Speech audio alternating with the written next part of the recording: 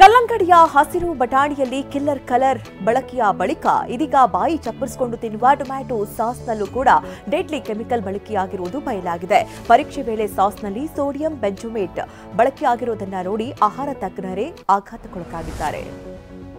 Readymade ಹೋಳಿಗೆ ತಯಾರಿಕೆಯಲ್ಲಿಯೂ plastic ಬಳಕೆ ಮಾಡಲಾಗ್ತಾ ಇದ್ದು ಆಹಾರ ತಜ್ಞರು ಆತಂಕ ಹೊರಹಾಕಿದ್ದಾರೆ. ಬೆಂಗಳೂರು, ಮೈಸೂರಿನಲ್ಲಿ ಫುಡ್ ಆಫೀಸರ್ಸ್ಗಳು ಹೋಳಿಗೆ ಅಂಗಡಿಗಳ ಮೇಲೆ ದಾಳಿ ಮಾಡಿದ್ದು ಅಂಗಡಿಗಳಿಗೆ ನೋಟಿಸ್ ನೀಡಲಾಗಿದೆ. ಬಂಡೀಪುರಕ್ಕೆ ಬಂದಿದ್ದ ದಂಪತಿ ಹಾಗೂ 10 ವರ್ಷದ ಬಾಲಕ ನಾಪತ್ತೆಯಾಗಿದ್ದಾರೆ. ಬೆಂಗಳೂರು ಮೂಲದ ಜೆ ನಿಶಾಂತ್ ಪತ್ನಿ ಹಾಗೂ ಪುತ್ರ ರೆಸಾರ್ಟ್ನಿಂದ ಕಣ್ಮರೆಯಾಗಿದ್ದಾರೆ. ಗುಂಡ್ಲುಪೇಟೆಯ ಕಂಟ್ರಿ ಕ್ಲಬ್ ರೆಸಾರ್ಟ್ನಲ್ಲಿ ವಾಸ್ತವ್ಯ ಹೂಡಿದ್ದ ಕುಟುಂಬವನ್ನ ಕಿಡ್ನಾಪ್ ಮಾಡಿರುವ ಶಂಕೆಯೂ ವ್ಯಕ್ತವಾಗಿದೆ. ಮೈಸೂರಿನ ಸರಸ್ವತಿಪುರಂನಲ್ಲಿರುವ ಮನೆಯೊಂದರಲ್ಲಿ ವೇಶ್ಯಾವಾಟಿಕೆ ನಡೆಸ್ತಾ ಇರುವ ಆರೋಪ ಕೇಳಿಬಂದಿತ್ತು. ಸದ್ಯ ಪೊಲೀಸರು ದಾಳಿ ಮಾಡಿದ್ದು 2 ಯುವತಿಯರನ್ನ ರಕ್ಷಣೆ ಮಾಡಿದ್ದಾರೆ. ಪ್ರಕರಣ ಸಂಬಂಧ ಓರ್ವನನ್ನ ಬಂಧಿಸಲಾಗಿದೆ. ಕುಂಭಮೇಳಕ್ಕೆ ಯುವತಿ ಕರೆದೊಯ್ದು ಸಬ್ ಇನ್ಸ್ಪೆಕ್ಟರ್ ಹಲ್ಲೆ ನಡೆಸಿರುವ ಆರೋಪ ಕೇಳಿಬಂದಿದೆ.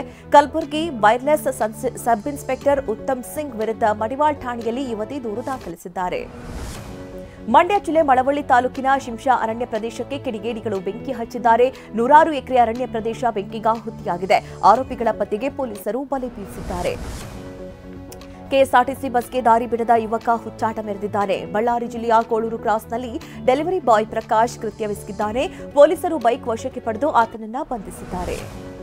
ಮಹಾಕುಂಭಮೇಳದಲ್ಲಿ ವೈರಲ್ ಆಗಿದ್ದ ಐಐಟಿ ಬಾಬಾ ಅಲಿಯಾಸ್ ಅಭಯ್ ಸಿಂಗ್ ಜೈಪುರ್ ಪೊಲೀಸರ ಅತಿಥಿಯಾಗಿದ್ದಾರೆ. ಸೋಷಿಯಲ್ ಮೀಡಿಯಾದಲ್ಲಿ ಆತ್ಮಹತ್ಯೆ ಬೆದರಿಕೆ ಹಾಕಿದ ಐಐಟಿ ಬಾಬಾನ ಪೊಲೀಸರು ವಶಕ್ಕೆ ಪಡೆಯಲು ಹೋಗಿದ್ರು. ಈ ವೇಳೆ ಬಾಬಾ ಇದ್ದ ರೂಮ್ನಲ್ಲಿ ಗಾಂಜಾ ಸಿಕ್ಕಿದ್ದು ಕೇಸ್ ಜಡಿದು ಜೈಲಿಗಟ್ಟಿದ್ದಾರೆ. ವಿದೇಶಿ ಮಹಿಳೆಯೊಬ್ಬರು ತೊಡೆಯ ಮೇಲೆ ಪುರಿ ಜಗನ್ನಾಥ ದೇವರ ಹಚ್ಚೆ ಹಾಕಿಸಿಕೊಂಡಿದ್ದಾಳೆ. ಇದು ಒಡಿಶಾದಲ್ಲಿ ಆಕ್ರೋಶಕ್ಕೆ ಕಾರಣವಾಗಿದೆ. ಟ್ಯಾಟೂ ಹಾಕಿದ ಕಲಾವಿದ ಹಾಗೂ ಮಹಿಳೆ ವಿರುದ್ಧ ಹಿಂದೂ ಕಾರ್ಯಕರ್ತರು ದೂರು ನೀಡಿದ್ದಾರೆ.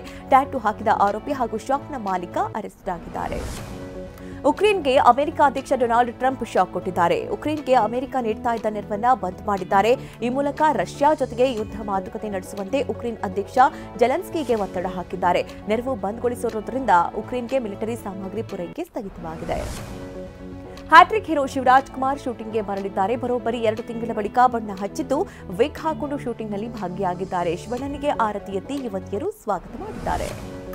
ಚಾಂಪಿಯನ್ಸ್ ಟ್ರೋಫಿಯಲ್ಲಿಂದು ಬಲಿಷ್ಠ ಭಾರತ ಮತ್ತು ಬಲಿಷ್ಠ ಆಸ್ಟ್ರೇಲಿಯಾ ತಂಡಗಳ ನಡುವೆ ಸೆಮಿಫೈನಲ್ ಪಂದ್ಯ ನಡೆಯಲಿದೆ. ದುಬೈನ ಅಂತಾರಾಷ್ಟ್ರೀಯ ಮೈದಾನದಲ್ಲಿ ಈ ರಣರೋಚಕ ಪಂದ್ಯ ನಡೆಯಲಿದೆ. ಭಾರತ ತಂಡ ಚಾಂಪಿಯನ್ಸ್ ಪಟ್ಟ ಅಲಂಕರಿಸುವುದಕ್ಕೆ ಇನ್ನೇನು 2 ಮೆಟ್ಟಿಲು ಬಾಕಿ ಇದೆ. ರೋಹಿತ್ ಶರ್ಮಾ ಫಿಟ್ನೆಸ್ ಬಗ್ಗೆ ಆಕ್ಷೇಪ ವ್ಯಕ್ತಪಡಿಸಿದವರಿಗೆ ಭಾರತ ಕ್ರಿಕೆಟ್ನ ಮಾಜಿ ನಾಯಕ ಸುನಿಲ್ ಗವಾಸ್ಕರ್ ಟಕ್ಕರ್ ಕೊಟ್ಟಿದ್ದಾರೆ. ನಿಮಗೆ ತೆಳ್ಳಗಿನ ಹುಡುಗರು ಬೇಕಾಗಿದ್ರೆ ಮಾಡೆಲಿಂಗ್ ಸ್ಪರ್ಧೆಗೆ ಹೋಗಿ ಮಾಡೆಲ್ಗಳನ್ನು ಆಯ್ಕೆ ಮಾಡಿ ಅಂತ ಕಾಂಗ್ರೆಸ್ ವಕ್ತಾರೆ ಶಮಾ ಮೊಹಮ್ಮದ್ ತಿರುಗೇಟು ಕೊಟ್ಟಿದ್ದಾರೆ.